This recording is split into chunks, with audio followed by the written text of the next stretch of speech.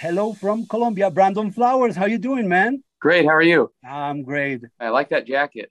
This is you. You want to know the story very quick about this jacket? Yeah. I follow your advice. I didn't overthink it, boy, Uh, because I love Top Gun since I saw the first movie in 1986. yeah. And I couldn't afford the jacket. And I saw Maverick, the new movie Yeah. this year. And I said to myself, you know what? I'm gonna have that jacket. Cool. And I Yeah. had it custom made with the patches and all that, you know. Yeah. That's cool.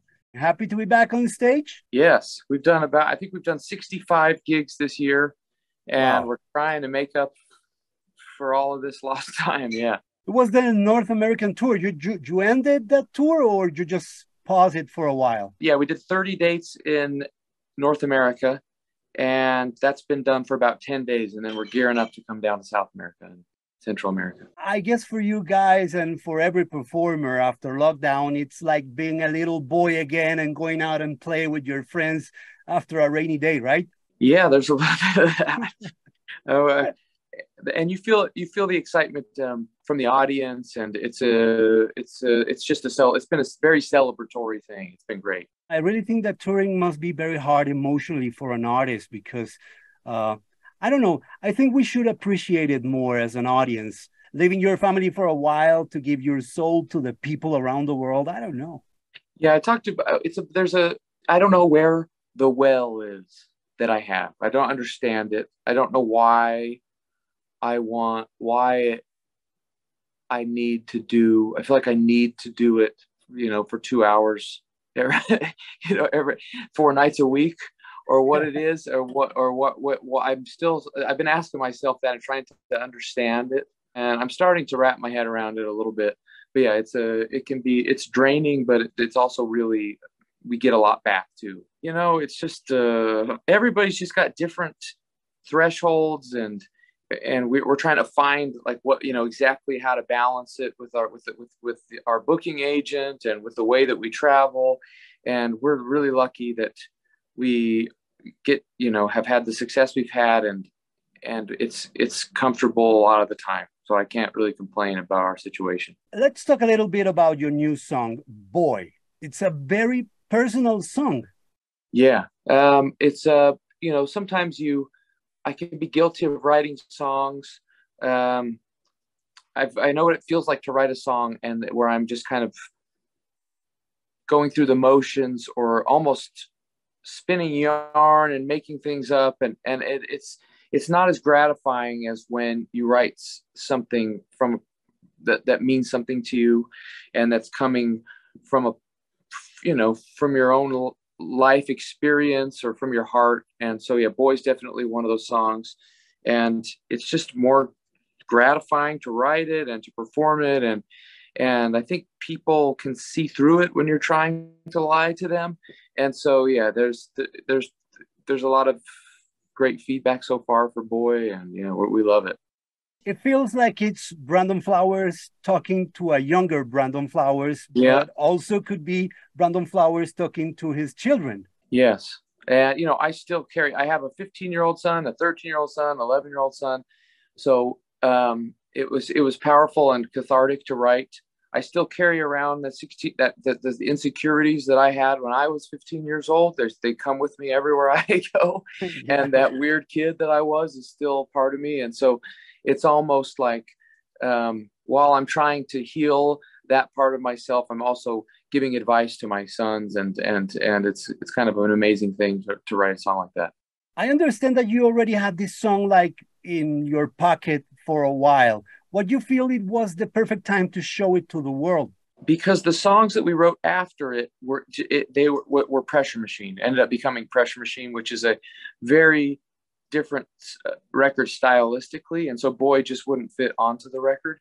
And as soon as Pressure Machine was out and we went on tour, we started realizing we don't want to hold on to this song for too long. We need to get it out into the world, and so we started that process. Yeah, for me, this song is very day and age, but Yeah. yes, it has the spirit of Pressure Machine in it.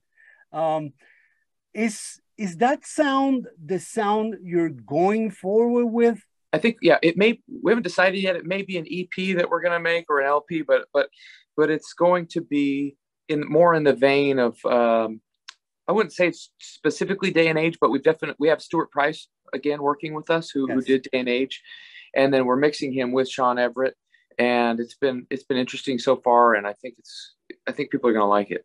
At what point do you guys decided an 80s retro kind of synth pop is the sound for Boy? Oh, well, I think the reason where it stems from the time that I'm writing about. So when I was 15 years old or 16 years old, the music that I was in love with at the time was New Order and Depeche Mode and Pet Shop Boys and Erasure and all of that stuff. And so we wanted to kind of capture the feeling that I had while listening to that music and going through that phase. So it's kind of interesting to be able to incorporate that music into the song. So can we expect that EP or the album soon? I think so. Yeah, we don't have any date in mind, but we're going back into the studio actually in a few days before we head down to South America, and so we're going to hopefully wrap some things up. You talk a lot about the white arrows, and I want to understand that concept from your point of view. Well, I moved to this town, so everybody knows we're from Las Vegas. I was born there, and it's exciting. It's this very exciting place. And when I was a young kid, when I was 9, we moved to a small town in Utah called Nephi, Utah. No lights. No. When the sun goes down, it's black. It's black, and it was a shock for me. It was a culture shock, and I just wanted to kind of get the heck out of there, and I didn't quite ever feel like I belonged. And the idea is that these white arrows that will come along can bring that excitement back into your life and light your way, kind of for lack of a better term. So it's like those things that show you the way in life. Right. Yeah. So white arrows for me became the band and the songs. And then as I got older, it became my wife and my children and these positive things, and not focusing on the dark night. Yeah.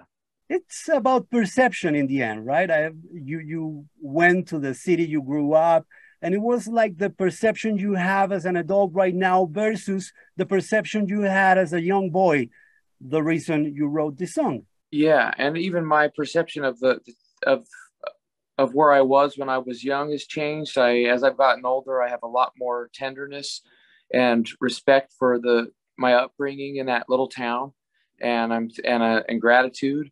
And so I found myself even moving back to Utah and raising my sons there.